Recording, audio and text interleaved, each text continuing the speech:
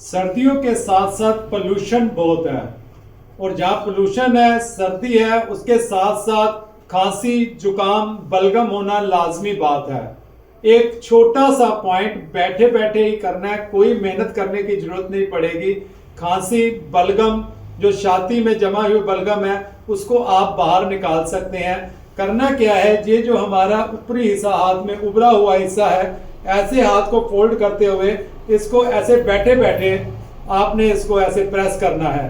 आप देखेंगे सर्दी से आपको खांसी, जुकाम और बलगम से निजात मिलेगी। ये तो बैठे बैठे कोई ऑफिस में, घर में किसी से बात करते करते भी आप कर सकते हैं। फिट रहें, एक्यूप्रेशर के साथ जुड़ें, हमारे चैनल को सब्सक्राइब करें। धन्यवाद।